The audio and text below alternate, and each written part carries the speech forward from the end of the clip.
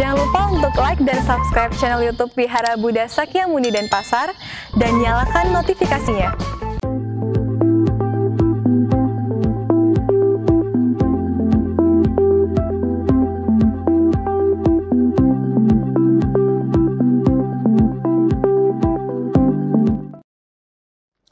Sebelum saya menyampaikan apa yang sekiranya perlu saya sampaikan, terlebih dahulu marilah kita mengagungkan Guru Agung Sang Buddha dengan merangkapkan kedua tangan bersikap anjali. Di depan dada kita memberikan penghormatan awal kepada Guru Agung Sang Buddha. Namo tassa bhagavato arahato sama sambuddhassa.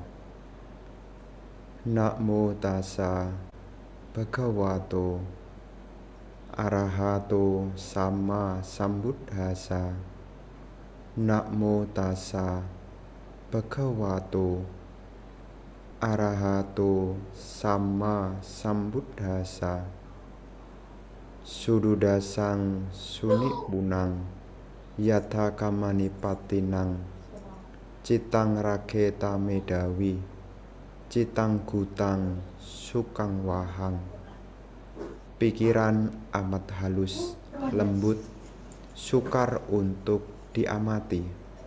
Pikiran pergi sesuka maunya. Orang yang bijaksana berusaha mengendalikan pikirannya. Pikiran yang terkendali akan membawa pada kebahagiaan. Satu keberkahan dan satu keberuntungan yang kita miliki saat ini, yang mana kita bisa mengisi dan menggunakan waktu yang saat ini kita miliki, di mana di saat ini dengan forum ini kita bisa menambah pengetahuan, menambah kebijaksanaan untuk membantu menjalankan kehidupan yang saat ini sedang kita jalani. Pertama-tama saya ingin menyampaikan selamat memperingati Trisuci Waisak 2565 tahun Buddhis tahun 2021. Semoga keberkahan senantiasa menyertai ibu-ibu bersama dengan keluarga, senantiasa sehat, bahagia, sejahtera, usia panjang, serta semoga segala hal yang tidak diharapkan seperti halnya penyakit, ketakutan, kekhawatiran, dan hal buruk lainnya semoga menjadi lenyap adanya.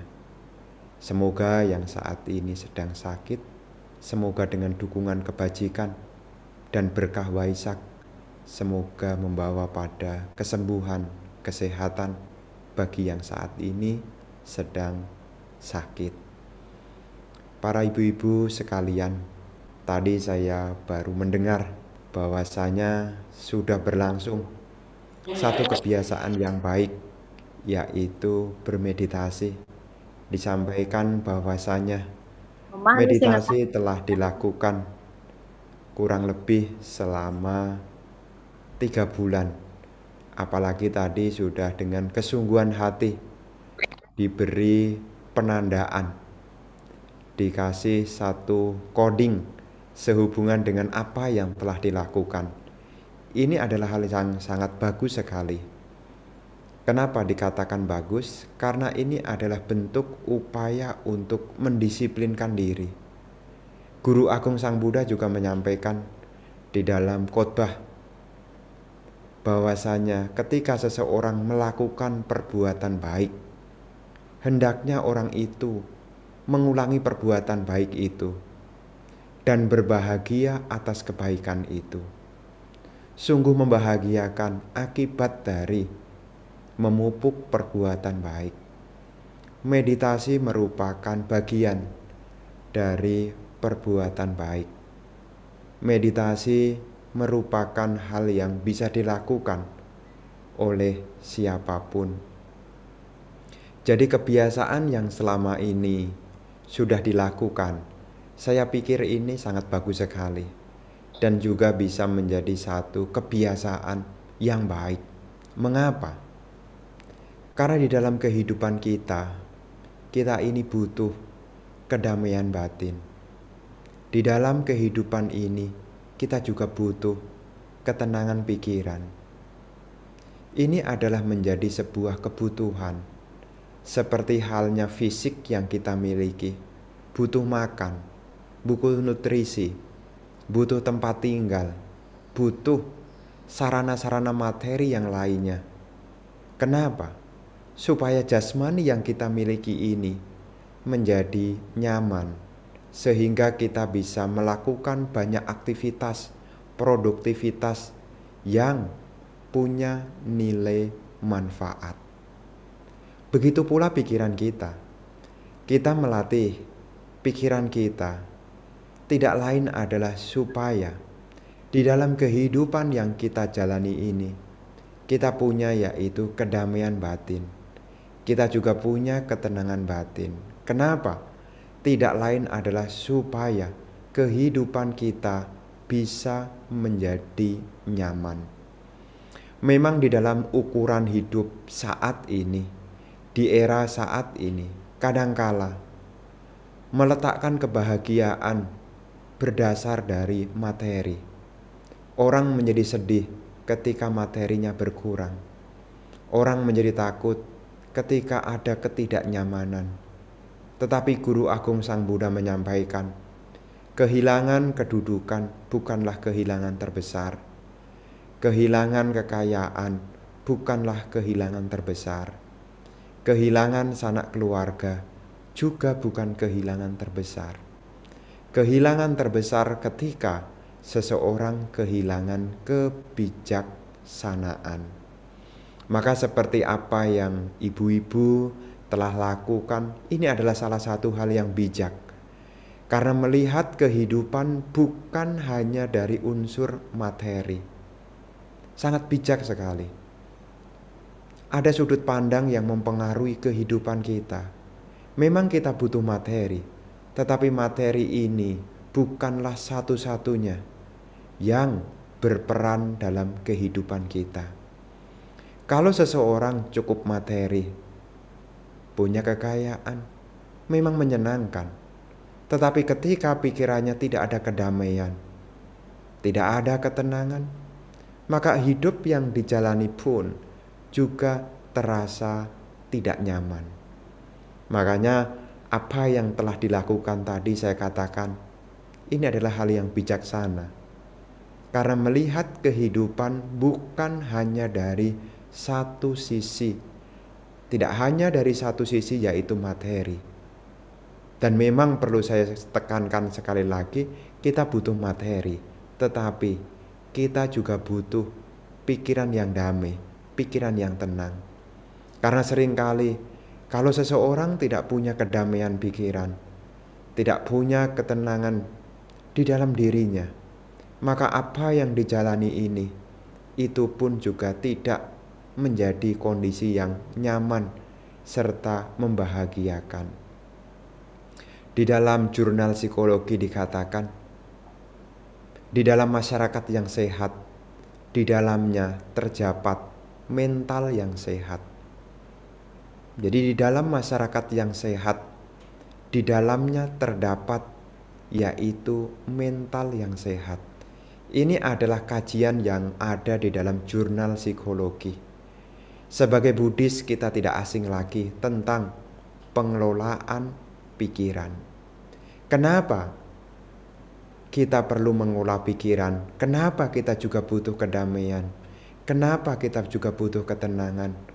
Karena dalam kehidupan yang kita jalani ini, kita akan bertemu, kita akan berjumpa, tidak hanya hal-hal yang menyenangkan. Kalau kita berjumpa dengan hal-hal yang menyenangkan, saya yakin ibu-ibu siap. Ibu-ibu siap.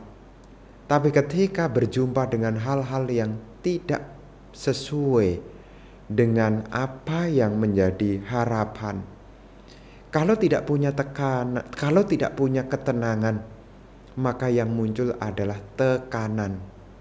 Jadi kalau tidak punya ketenangan, yang muncul adalah tekanan. Kondisi yang menekan. Ini yang perlu dipahami oleh kita semua. Jadi memang kita perlu ketenangan, perlu kedamaian, tidak lain adalah untuk persiapan. Ketika nanti berjumpa dengan perubahan yang tidak sesuai dengan yang diharapkan, batin kita sudah terbiasa di dalam ketenangan.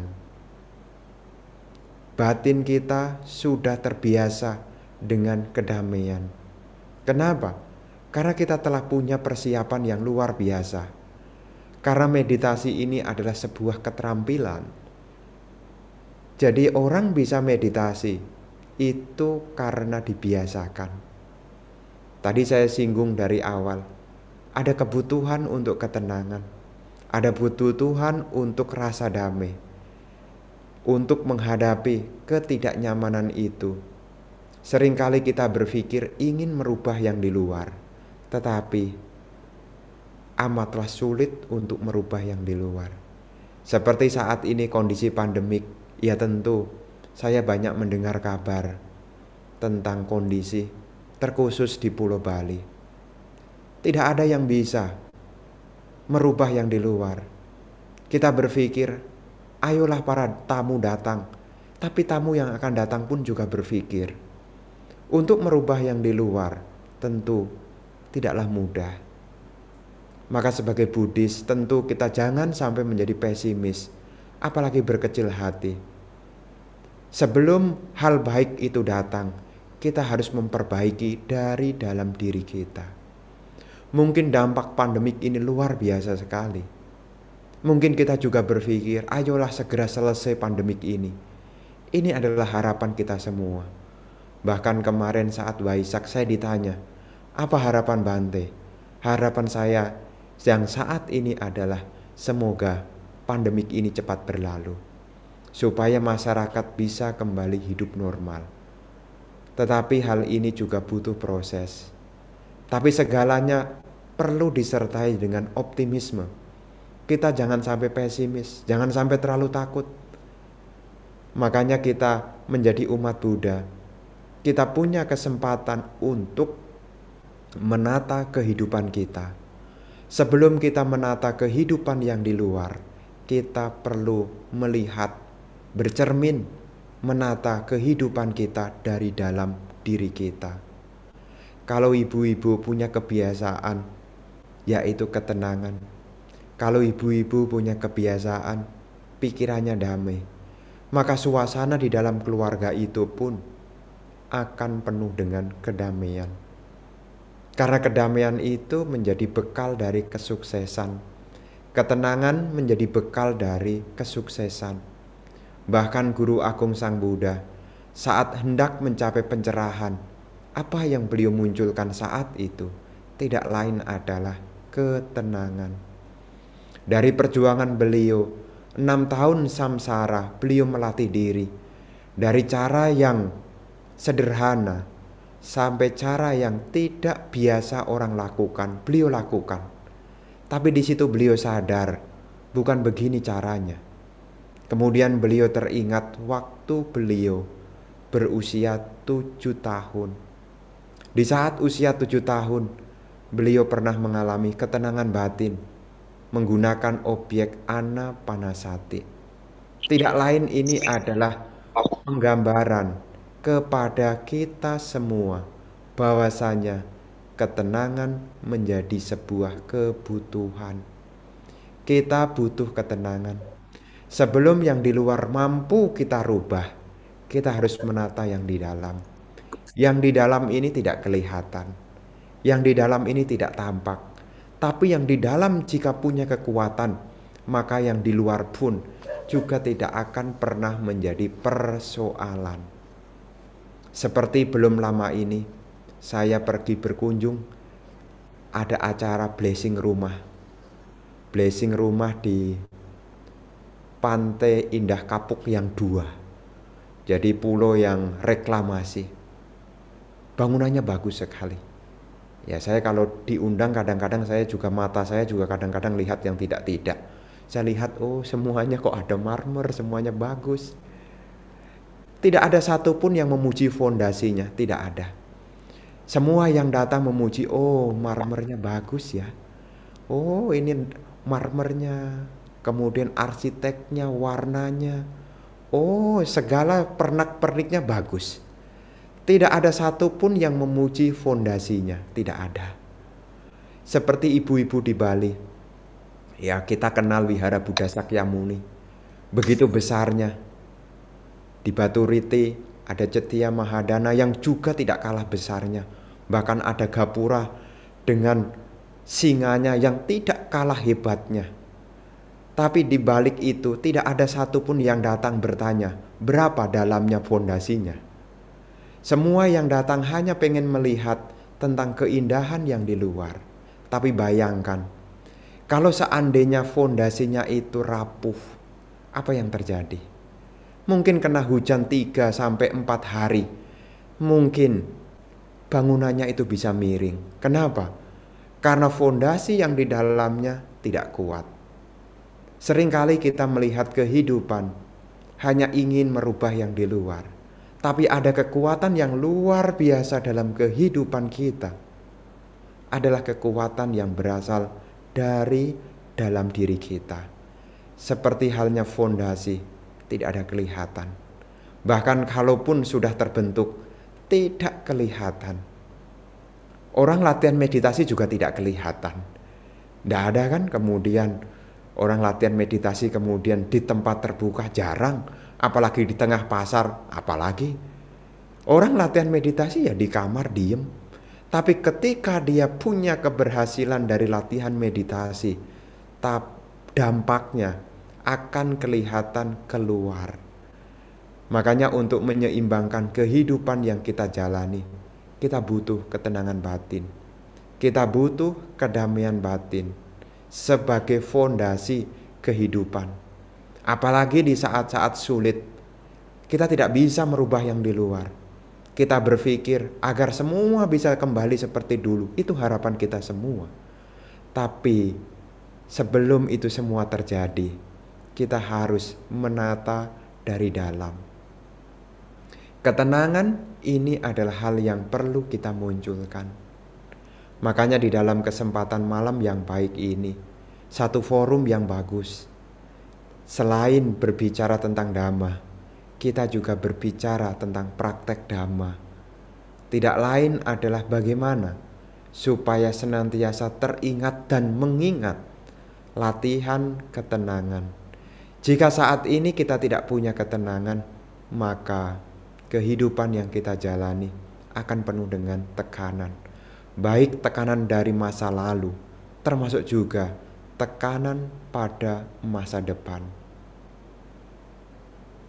Jadi bisa terjadi tekanan dalam pikiran kita, bisa karena masa lalu kita. Termasuk juga tekanan dalam kehidupan kita, juga bisa berawal dari pengharapan akan masa depan. Memang kita berpikir dan merencanakan masa depan, tetapi masa depan akan terjadi menjadi cerah jika dimulai dari saat ini. Jika ingin tahu masa depan kita, lihatlah apa yang sekarang kita kerjakan. Kalau saat ini kita sedih, kita takut, maka esok kita penuh dengan ketakutan. Kalau hari ini kita menjadi khawatir, maka malam hari ini pun juga menjadi khawatir. Besok hari juga khawatir. Maka dengan satu keberuntungan yang kita miliki saat ini, berlatihlah meditasi. Kalau tidak sekarang, kapan lagi? Jangan menggunakan alasan sulit. Jauh lebih sulit ketika kehidupan kita tidak punya ketenangan. Memang belajar ketenangan itu tidak mudah. Tetapi dengan adanya ketenangan, hidup kita pun akan disertai dengan kemudahan. Di dalam latihan meditasi, kita mengenal bahwasanya pikiran yang belum terlatih amatlah wajar jika pikiran ini suka berpergian. Guru Agung Sang Buddha memberikan satu pengingat agar kita ini tidak mudah putus asa sewaktu latihan meditasi. Apa yang menjadi pengingat yang Guru Agung sampaikan kepada para siswa? Guru Agung memberikan penggambaran bahwasanya pikiran yang kita miliki ini amat lembut, halus, sukar untuk diawasi, pergi sesuka maunya. Maka seperti pengalaman ibu-ibu yang telah berlangsung kurang lebih 3 bulan, orangnya duduk tapi pikirannya pergi-pergi. Jadi tidak usah berkecil hati, Bante, kenapa pikiran saya begini? Guru Agung telah menyampaikan inilah karakteristik pikiran yang masih belum terlatih. Orangnya duduk tapi pikirannya belum mau duduk. Kenapa? Karena masih belum terlatih. Janganlah berkecil hati. Jadi seringkali saya mendengar, oh Bante, kelihatannya karma baik saya belum mendukung. Ada lagi yang mengatakan, Bante, parami saya kurang. Kok tahu dari mana kalau paraminya kurang? Baru duduk sebentar, pikirannya tidak mau diem. Ini kan paraminya kurang, Bante. Parami bisa berlebih kalau kita latihan. Jangan salahkan yang sudah lewat, berusahalah yang sekarang. Jadi nanti sewaktu latihan meditasi sangatlah wajar, ya, sangatlah wajar, apalagi perumah tangga. Sangatlah wajar, banyak hal yang dipikirkan. Ibu-ibu duduk meditasi, besok ingat, besok mau masak apa. Padahal ini malam hari, sudah mikirin besok pagi. Saat duduk meditasi, teringat lagi, jemurannya belum diangkat. Cuciannya juga belum dijemur. Bahkan pakaian yang kering juga belum disetrika. Dan anehnya muncul saat meditasi lagi. Di saat sebelum meditasi tidak muncul. Kenapa bisa demikian kondisi pikiran kita? Karena memang pikiran yang belum terlatih. Memang demikianlah adanya. Tapi Guru Agung Sang Buddha menyampaikan, orang yang bijaksana, citang raketa medawi. Orang yang bijaksana berusaha mengendalikan pikirannya. Citang gutang sukang wahang. Pikiran yang terkendali akan membawa pada kebahagiaan. Jadi hal yang perlu saya sampaikan di sini tidak lain adalah andai kata saat ini sedang berlatih, janganlah berpikir bahwasanya ya paraminya kurang, apalagi berpikir karma baik tidak mendukung. Tetapi satu keberuntungan saat ini kita telah mengenal. Ini satu keberuntungan. Jadi jangan sampai kita malah mengatakan, oh Bante, saya baru mengenal meditasi baru sekarang, kenapa tidak dulu-dulu? Ya yang sudah lewat ya tidak usah dipikirkan. Ya tidak usah dipikirkan yang sudah lewat-lewat. Satu masa yang menguntungkan adalah masa sekarang. Andai kata kita merasa tua, baru belajar meditasi sekarang, tidak apa-apa. Tidak apa-apa. Karena satu keberuntungan itu adalah memulai. Bukan kapan, tapi adalah mulai. Ketika kita sudah punya satu kesempatan memulai, apalagi bersama dengan komunitas semacam ini yang ada panduannya dan ada pendisiplinannya, meskipun tidak ada yang ngawasi, tapi dari dirinya membuat satu jurnal yang kemudian ditandai. Hari ini meditasi, hari ini meditasi. Mungkin hari ini kondangan, tapi besok meditasi. Ya enggak apa-apa, namanya juga berumah tangga. Tapi sebuah pengingat bahwasanya pendisiplinan ini sangatlah bagus. Sangatlah bagus. Apa yang dilakukan sudah bagus. Jadi saya perlu menyampaikan sekali lagi, kita butuh ketenangan, kita butuh kedamaian untuk menghadapi fenomena kehidupan. Menata kehidupan memulai dari dalam, seperti halnya fondasi. Meskipun tidak kelihatan, tetapi itu menjadi penopang dari kehidupan. Kalau fondasi itu adalah penopang bangunan, tapi pikiran ini adalah penopang kehidupan. Kalau pikirannya tenang, maka kehidupannya akan lurus. Tapi kalau pikirannya tidak tenang, maka kehidupannya pun juga akan menjadi miring, akan jadi goyang. Makanya penting sekali, satu kebiasaan yang baik saat ini, kita punya kebiasaan untuk meditasi. Apa yang perlu disiapkan di dalam latihan meditasi? Sebetulnya Anda butuh tempat. Tempatnya mesti menunjang. Carilah tempat-tempat yang bisa Anda rasa nyaman. Apakah itu di kamar, apakah itu di depan altar. Kemudian Anda bisa menggunakan alas duduk untuk membantu menegakkan tubuh ini. Serta pilihlah waktu yang dirasa cocok. Apakah malam hari sebelum tidur, ataukah pagi hari sebelum beraktivitas. Ini adalah waktu yang seringkali disarankan bagi perumah tangga. Kenapa? Karena di jam-jam itu adalah waktunya untuk istirahat. Sebelum istirahat atau setelah selesai istirahat, sebelum beraktivitas, itu sebetulnya adalah waktu yang tepat. Dan ketika nanti bermeditasi, berusahalah menegakkan tulang punggungnya. Andai kata di rumah tidak bisa duduk bersila, bisa duduk di kursi. Yang penting postur duduknya tegak, serta berusaha untuk tidak bersandar. Dan sebisa mungkin juga jangan makan terlalu banyak. Karena kalau meditasi makan kebanyakan, nanti ya meditasinya menjadi terganggu karena sedang melakukan proses pencernaan, sehingga nanti juga pikirannya jadi tidak bisa seperti apa yang semestinya diarahkan. Pilih tempatnya, pilih waktunya, kemudian posisinya, sebisa mungkin duduk dengan tegak. Apakah bersila ataukah duduk di kursi. Tangannya bisa diletakkan di pangkuan ataupun diletakkan di atas lutut.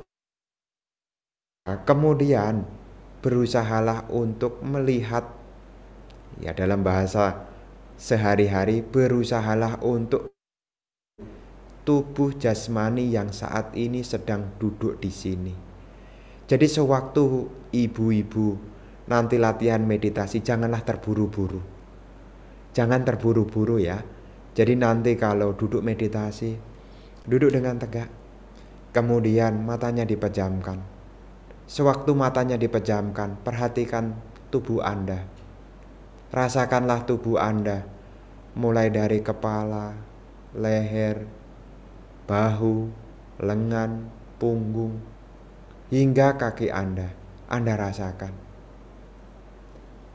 Apa tujuannya memperhatikan jasmani? Supaya tubuhnya di sini, pikirannya juga hadir di sini. Kalau tubuhnya di sini, kesadarannya juga di sini, maka ketenangan akan muncul di sini dan saat ini. Tetapi kalau tubuhnya di sini, tetapi pikirannya tidak hadir di sini, maka ketidaktenanganlah yang akan muncul. Maka satu guide yang menuntun supaya kesadaran kita sepenuhnya hadir saat ini, kita merasakan postur duduk kita. Janganlah terburu-buru. Karena ketika kita mampu merasakan tubuh jasmani yang saat ini sedang duduk di sini, sadar sepenuhnya. Saat ini saya sedang duduk di sini, rilekslah. Maka ketenangan akan muncul di sini dan saat ini. Nanti ketika pikiran Anda mulai tenang, tubuh Anda nyaman, maka nafas Anda akan secara alami akan terasa. Jadi kalau seandainya di antara ibu-ibu yang mungkin mencoba beberapa kali, nafas masuk, nafas keluar belum bisa, Anda bisa melakukan dengan meletakkan perhatian pada postur tubuh Anda. Tujuannya adalah untuk membawa, menghadirkan kesadaran sepenuhnya saat ini. Tubuhnya di sini, kesadarannya di sini, maka ketenanganlah yang akan muncul di sini dan saat ini. Nanti sewaktu latihan meditasi, andai kata muncul pemikiran-pemikiran yang tidak ada hubungannya dengan meditasi, abaikanlah. Kembalikan lagi perhatiannya pada jasmaninya. Ini bisa dipraktekkan karena jasmani ini adalah zat unsur yang padat dalam tubuh kita. Kita bisa merasakan jasmani ini dari mana? Dari unsur padatnya, dari unsur beratnya. Kita bisa merasakan tubuh yang berat, tubuh yang padat yang kita miliki. Rasakanlah. Ketika tubuhnya di sini, kesadarannya di sini, maka ketenangan akan muncul di sini dan saat ini. Kalau ini dibiasakan, maka ini sangatlah membantu untuk kehidupan akan pemenuhan ketenangan batin Anda. Kalau kita punya ketenangan, maka kita punya persiapan untuk menghadapi fenomena kehidupan.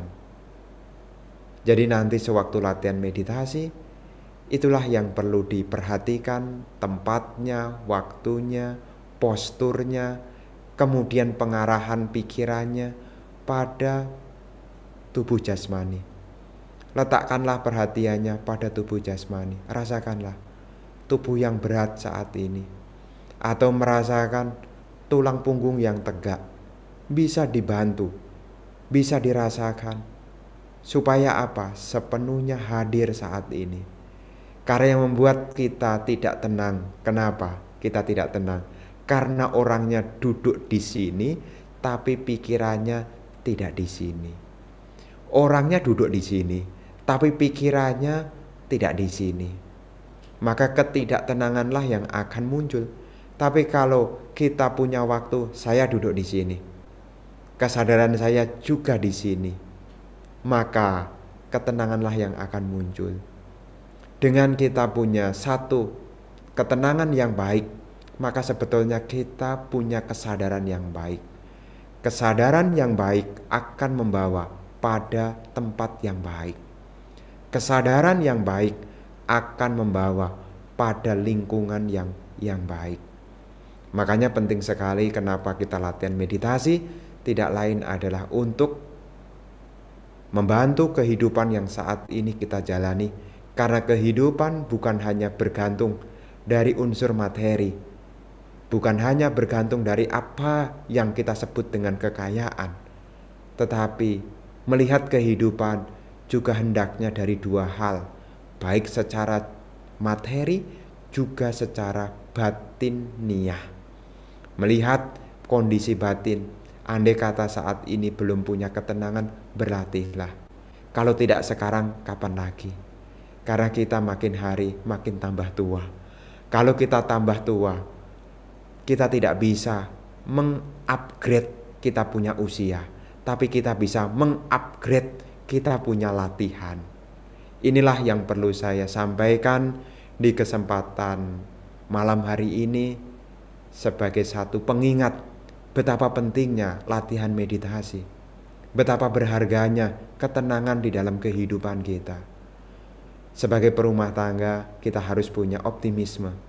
Meskipun ada kesulitan, tetap harus punya optimisme, semangat di dalam menjalankan kehidupan yang dimulai dari membangun ketenangan dari dalam.